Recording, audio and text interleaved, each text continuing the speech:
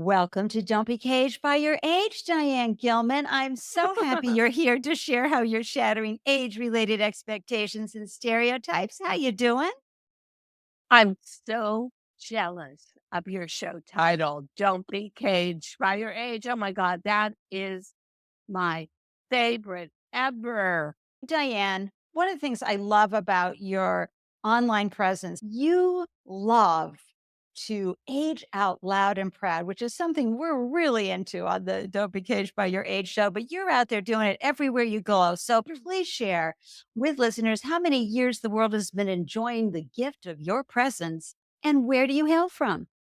Well, I was born in Beverly Hills, 90120, and I must have been the only human being that didn't want to live in California, Southern California. I wanted to come to New York from the time I was a tiny little girl, a toddler. I always knew what I wanted to do, be a fashion designer. Never occurred to me that would take me to television, that I would be on television for 30 years, QVC and HSN, or take it international. But I think from the time I was small as well, I saw mother really suffer as a female. She was married, that was fine, but she was 45 when I was born in 1945. And Wow. that was complications, a lot of health issues, no understanding of menopause. And then as I saw her age very unhappily. And she always said to me, if you're not married and have kids by the time you're 30, your life is over. Life is over for female Diane at 30, and that's it. And I thought, whoa, that doesn't give you much time, does it? No, and And I was also somebody that, for some reason, nobody ever taught me this. Everybody tried to block me and my family. I wanted a career. I didn't want a traditional marriage. So I was very excited this year when MSNBC chose me as one of the top 10 disruptors. That just cracks me up. I'm almost 80. I'm still disrupting and influencers. And I'm the only gray haired one they chose. But all my life, I was making choices that were not the current norm, sort right. of became the future norm. And I felt like a pioneer every step of the way. Listeners, Diane is 78 and rocking it. And we're going to get into more details there. But a lot of folks growing up in the 50s and 60s, women were watching our mothers and going, oh, hell no. Yeah, And watching our fathers and go, yeah, I want a piece of what he's doing because this is not going to work for me staying at home. I So, didn't want, so my father retired young, and their big excitement was cutting coupons out of weekly supermarket publishings and going and getting that six pack of Coke. And I thought to myself, I am not going to live my life this way. I'm going to live my life where every minute counts.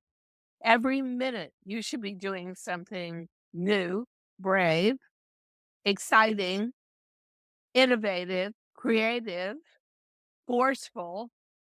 And yeah, my parents absolutely. were just And horrified. and listeners, I have to tell you, I'm fangirling here. And you want to know why? As a woman who came of age in the early 70s, Diane painted, embroidered, and zhuzhed and bejeweled jeans for rock icons like Janis Joplin, Gracie Slick, Jim Morrison, and Jimi Hendrix. Come on, Diane. You knew early on that you wanted to be a fashion icon. You I wanted knew to bling that, the world out. You wanted to zhuzh the world. but I also knew that, and it was very interesting. I was always magnetized to the edge of celebrity. I met Cher, I met Aunt Margaret when she was dating Elvis, on and on. And at some point, I was about 25, I was living up in San Francisco next door to Gracie Slick's mansion. And I said to myself, you know, you can't party forever.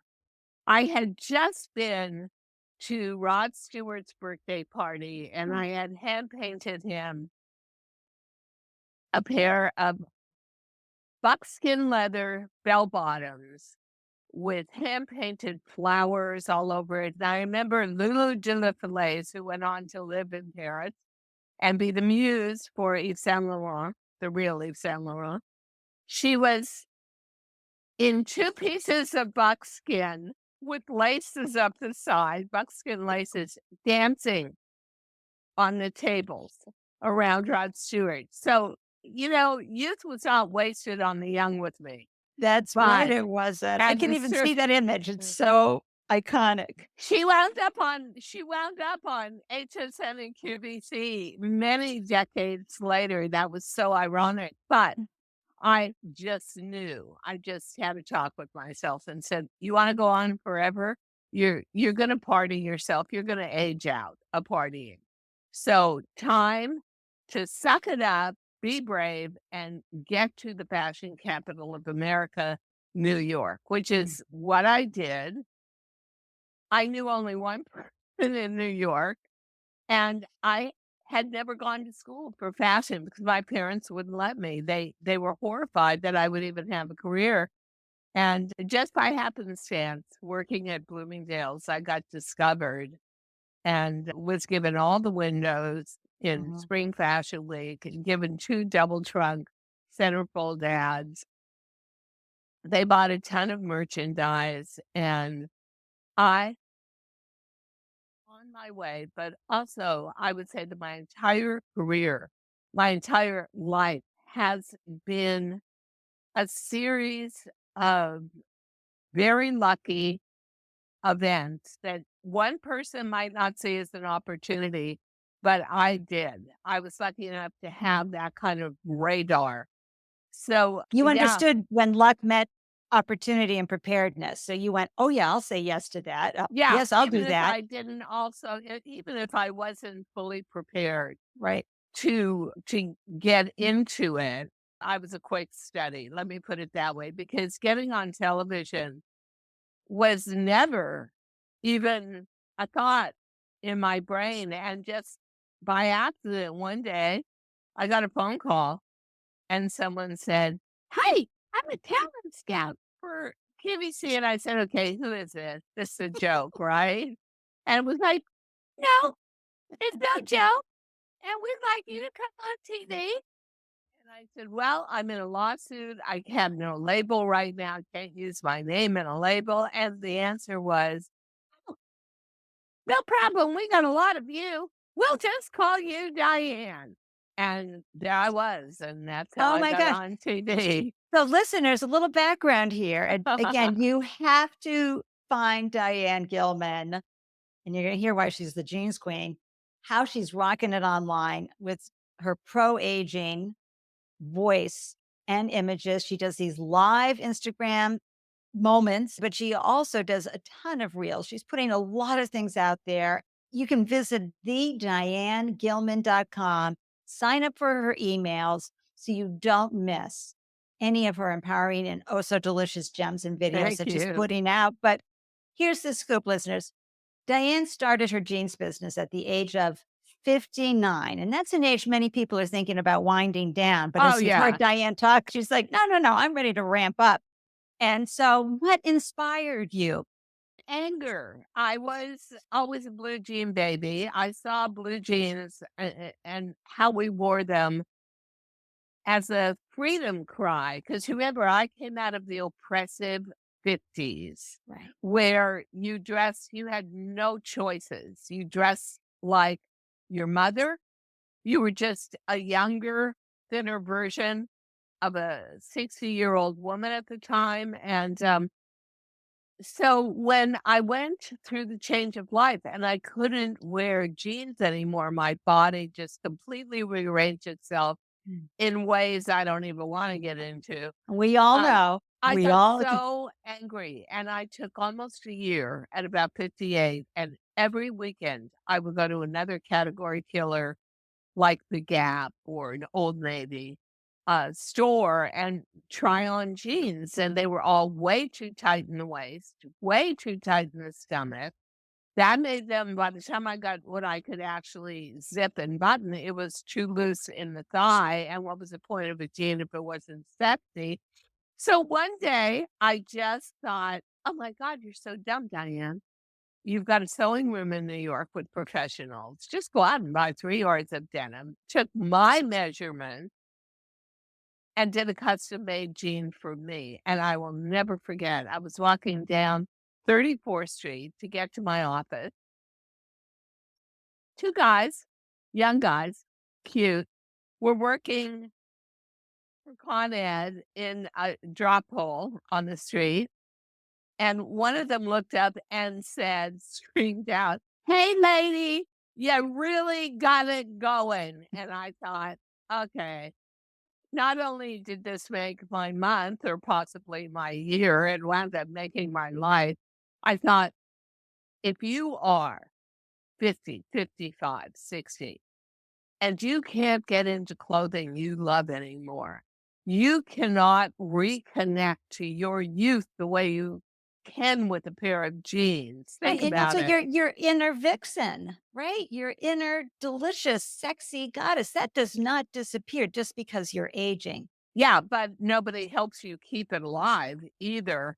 So I thought, I think I've really got something here. And I was wearing the same pair of jeans every single day. The only day I didn't wear them was when they had to get laundered. So we very auspiciously got a female CEO on HSN. And I thought, okay, I'm going to bet she's going to understand. I really didn't know her. I had pitched it to so many people who all said, "How stupid are you? Old women don't want to wear jeans." Well, first of all, I didn't think being 60 was being an old woman. And Well, second of all, the industry, female fashion, is run by men, which is so wrong, but still going on. So I went to a woman, I went to the new CEO, and she said, "Well, Diane, we have never television retail has never successfully sold a fitted bottom." I said, "I realize that. I've been here like 10 years already, 12 years. I think if I describe it, it can sell. Give me a chance." And she said, "Okay, but I'm definitely not giving you prime time. We can't afford to lose $500,000. That's what a hour mhm. was worth. But I'll give you 1 hour." Peter's principal. February, day morning, frigid everywhere in America, 5 a.m., with a hostess who was a 4X, hated jeans, was screaming at me at the top of her lungs with tears rolling down her eyes. "I hate jeans. I'll never wear a jean." And suddenly the studio lights come on and we're like, "Good morning." And I'm thinking, I want to kill her. Thank you for setting the tone, lady. Yeah. And we sold out of all 5,000 in 3 minutes. Oh my god, I got the clappers And out, everybody. I may have to get the pom-poms out too. I knew I had something much bigger than just a jean brand. I had the heart and the soul of the audience. I had women who did not want to grow old and dowdy and unseen and unheard. They wanted to marry their youth to their maturity. And this was a way to do it through a pair of jeans. And so I started a whole different business philosophy. I started a whole different fashion Well, philosophy. what was the business philosophy that was Well, different? the business philosophy was it was a super emotional purchase that was made you feel that you were part of a community of women who were not going to give up their sexiness, who were not going to give up their femininity or their female power and let age wash over them like a tsunami. I understood the emotionality of it, and that is what I spoke to, Well, and and what I it love about really that, was Diane, effective, yeah. yeah, what I love about that too is y'all remember on SNL, the mom's jeans skit? Yeah, You yeah. know, nobody wants to look like that. I don't care. 30s, 40s, 50s.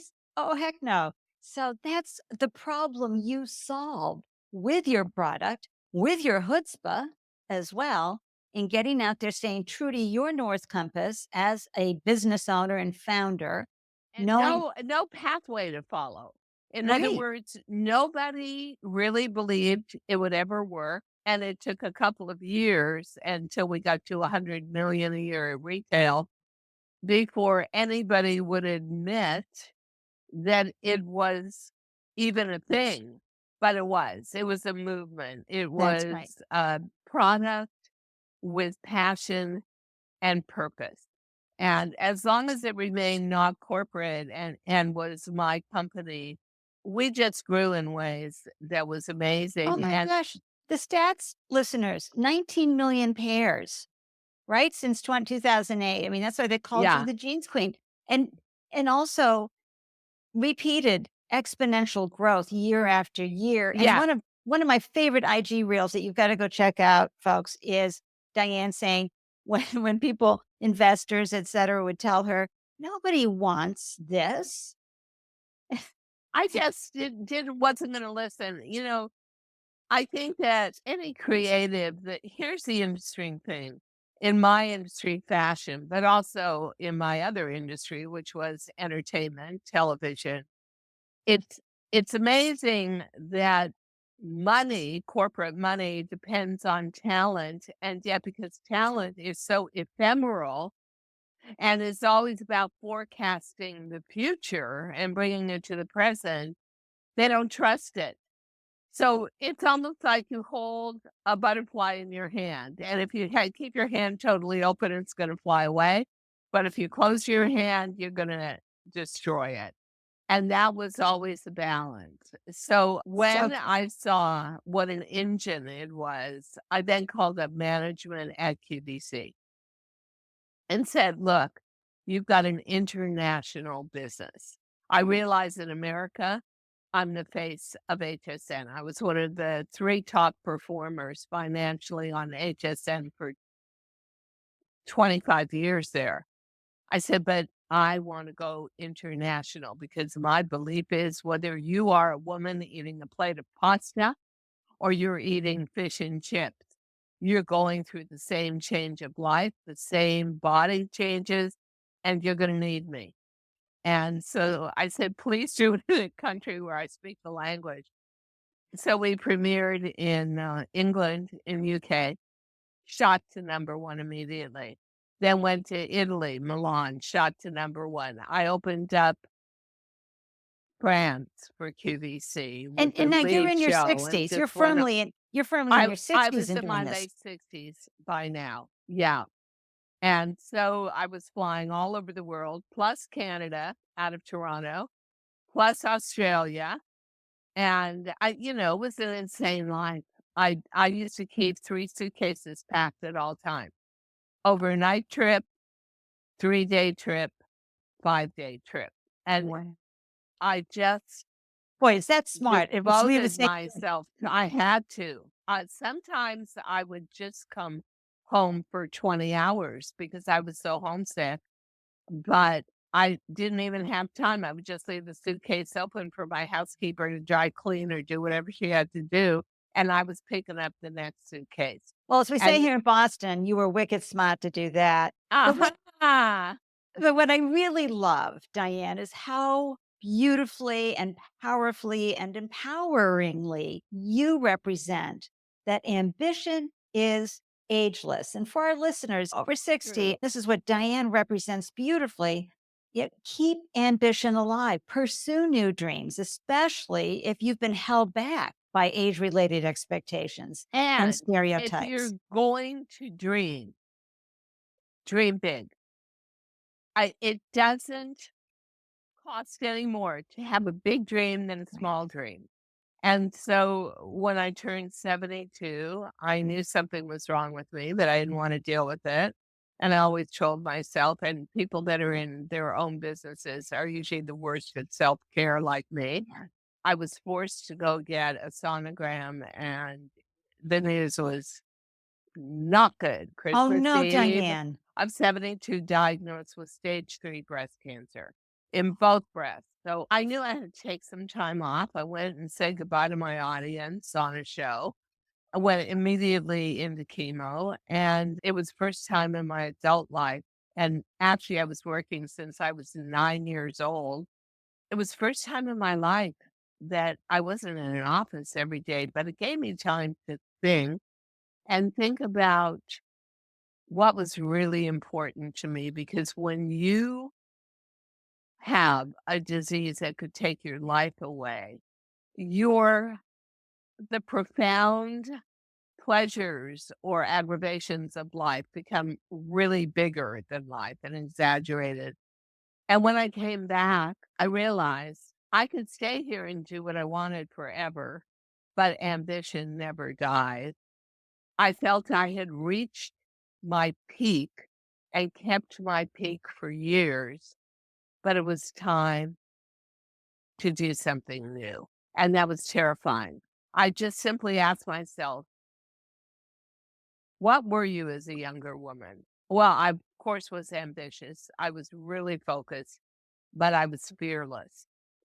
And I thought, that fearless nature of yours is going to take you to a new place that's going to nurture you and nourish your soul and make you excited again. It was nobody's fault. It was just a great divorce, you Oh, yeah, know. but the beauty is that, especially as a high performer, it's really hard to let go of those Oh big yeah. roles in Hard life, to so let go of being number one. Hard to let go of the public recognition and all of it. But I did feel that it had the toxicity of fashion, which is such a competitive, youth obsessed industry, had contributed to my diagnosis. yeah. And I needed something that was kinder to me once again. And so And I was your energy portfolio had shifted, Diane. Where you wanted to put your energy became different. totally, I did not want to live my life in airports. I did not want to live my life with delays, and there were just a million moving parts of a day that were so out of my control, but everybody expected me as a professional to control them. And so I walked off into the unknown. I always said it was like going to the top of the Empire State Building, putting on a bungee cord and jumping.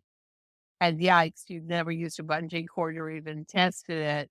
But I was retired for 4 weeks when I got another phone call one day, and it was like, "Hey, I know you from HSN. I've had a podcast for a decade. It's all about people over 50.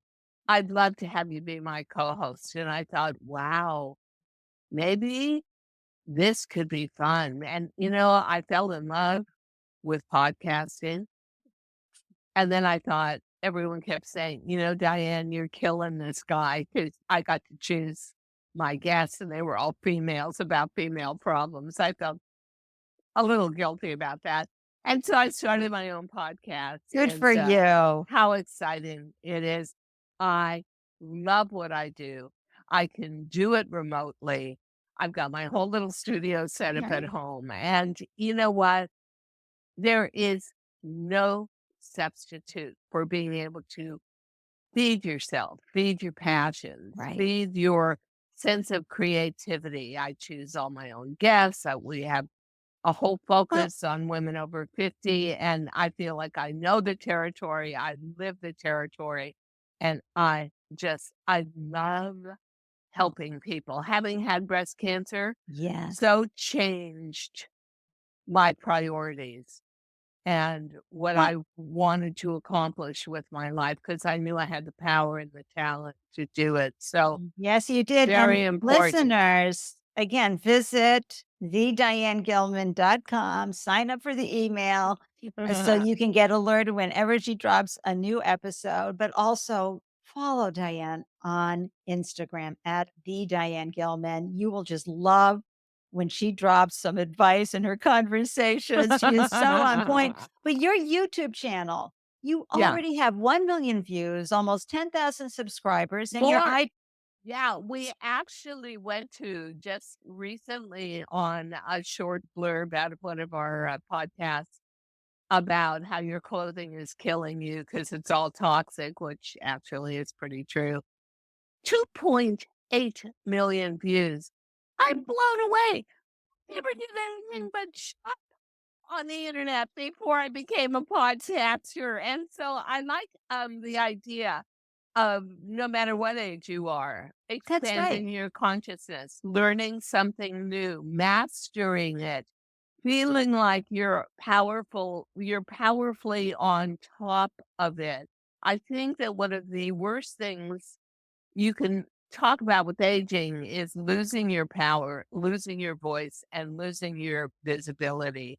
I want to make women understand that is all up to you. This That's is a right. custom made time of life. A lot of new territory to cover and conquer, but you can do it and you can do it with enjoyment, satisfaction, purpose, passion, and grace. And confidence. Oh, yeah.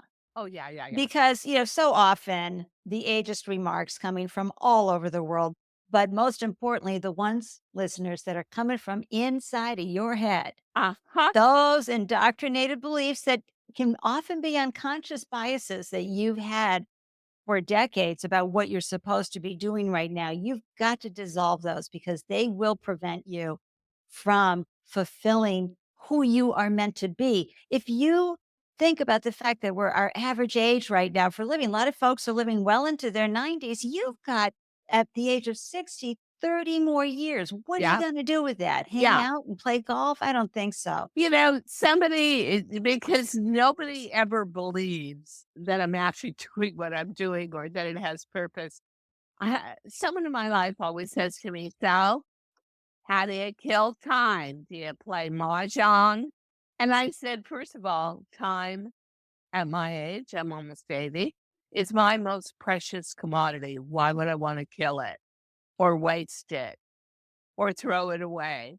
No, I don't play mahjong. No, I don't play bridge. No, I don't play golf.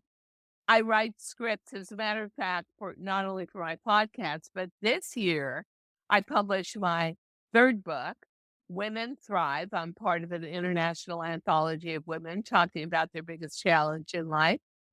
And I just started writing with a professional recipe content maker and professional food photographer, my first cookbook Oh my. for women who are living alone or only with their mate, empty nesters over 50, and how to eat your way to health and purpose and a much fuller way of living.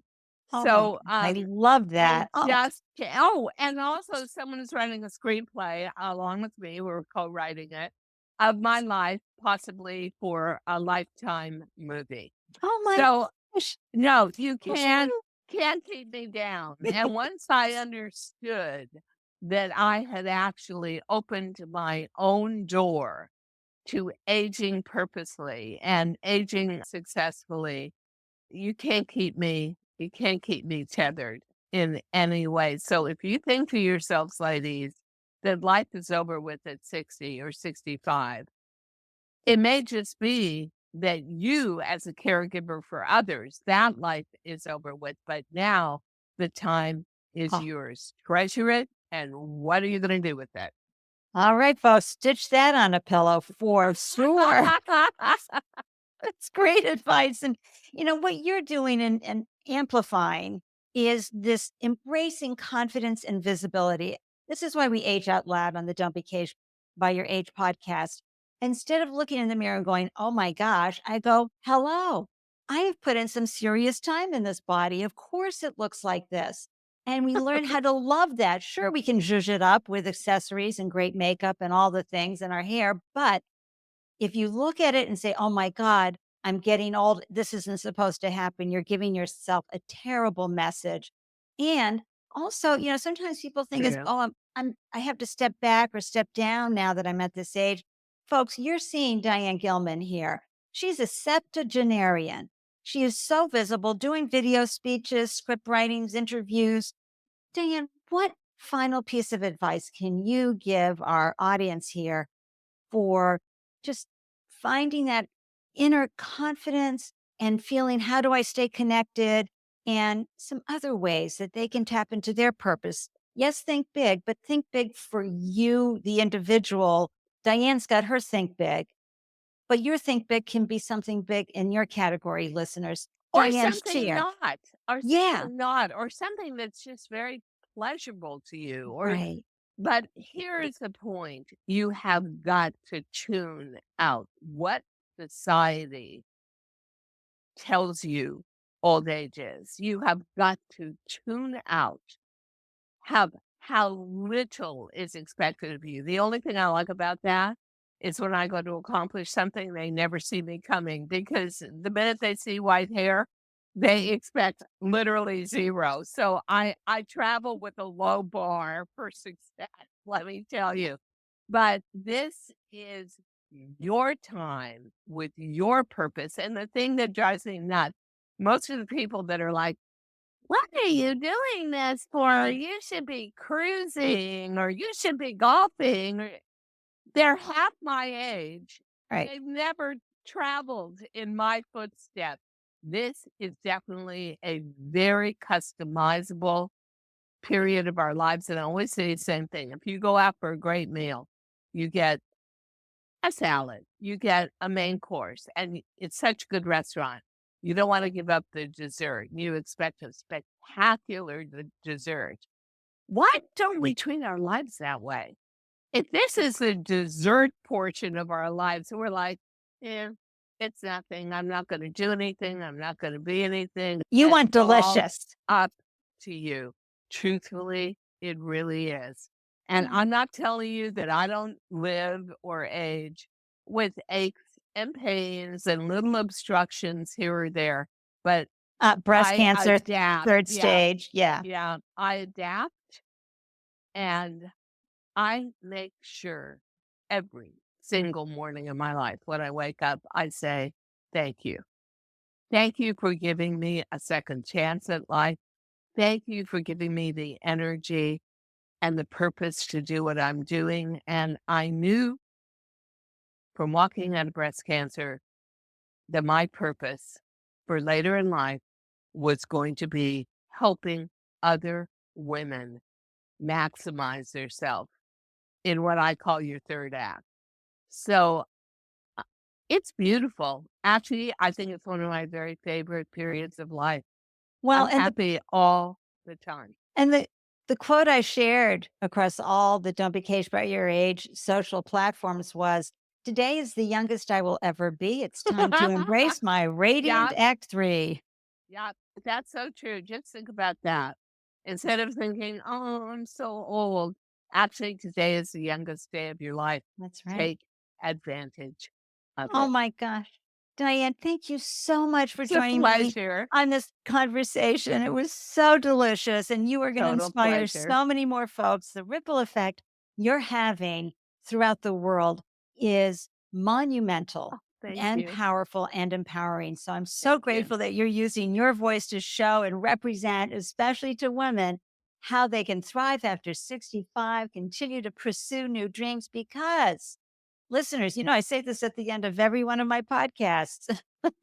You have so much more to give. Don't let those internalized ageist beliefs prevent you from pursuing new dreams and opportunities, no matter what that looks like. Have that reason to get out of bed. Go find your ikigai. All right, that sweet spot. And Diane, I'm just going to make sure everybody continues to follow you everywhere you glow. go to thedianegilman.com, sign up for that email, and also the newsletters and everything that she's doing. But be sure to follow her on Instagram. She will lighten up your day and give you a good laugh and a hoot and a holler too while she's at it and sharing the wisdom. Diane, thank you for joining me Thank on the you. Thank show. you so much. Pleasure. Cheers, everyone. Cheers. Listeners, I'm so grateful you carved out time to tune in and grab the gems from this delicious conversation. Be sure to hop on over to Don't Be Caged by Your Age on LinkedIn or Instagram to share your thoughts about ageism and unretirement. Because in this space, your age doesn't define you, it refines you. If you are inspired by a story you hear, it would mean the world to me if you would subscribe, share, rate, and review the podcast. To receive an alert whenever a new show is posted, please join the Don't Be Caged by Your Age newsletter. Every month, you'll receive links to the podcast and helpful resources for creating possibilities for your unretirement days. Thank you for tuning in. I am so excited to hear how you found ways to thrive after 65. Waving from Boston, cheers.